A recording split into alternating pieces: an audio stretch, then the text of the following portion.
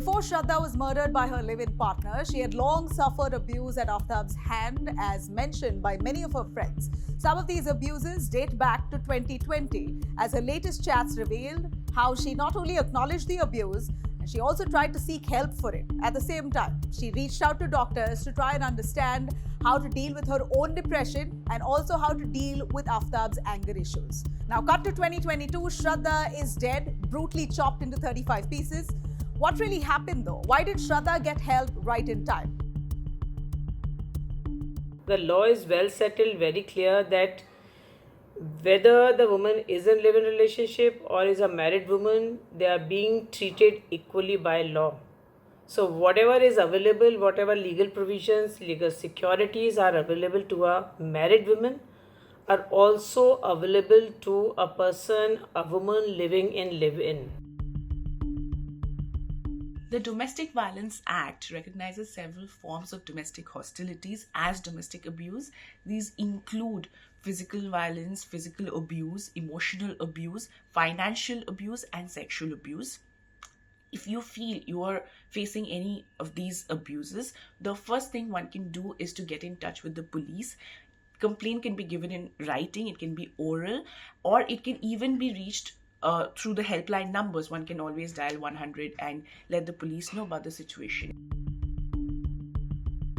Well, what we know now for sure that Shraddha is certainly not an isolated case here. There are plenty of young live-in couples living in metros in tier 1 and 2 cities. But when we ask them about what would they do if they became victims to domestic abuse, many of them say that they choose to walk out. A lot of them stay in the very same relationship despite it being violent. I won't be comfortable with it. I'd move out. I would move out immediately and not wait for things to escalate. I would obviously resort to filing a police complaint. While I definitely have a male privilege, I am bound to get subjected to less shaming from police or others. But I would also have to think twice before going to the police, as it might end up revealing unnecessary details about my partner. Shraddha would have still been alive today if her friends and her family took this case seriously. But we also have to question the state mechanisms, the systems, the helplines. How do they respond to calls of domestic violence? It is usually told that one must adjust, especially the woman. She must be patient, she must not provoke. We need to understand that domestic violence is not something that can be adjusted.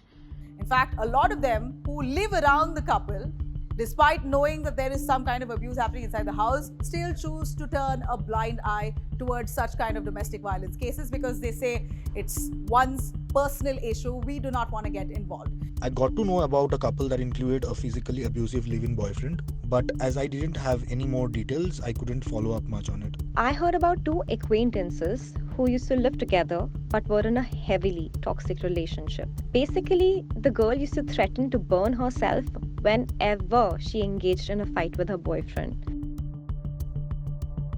Yes, the choices that they make are really good and they can never be wrong. So that is where the girls and boys, they are facing the threatening, the torturing relationships every day because they do not want to give that up to prove themselves right that whatever they have decided, that is definitely a good one.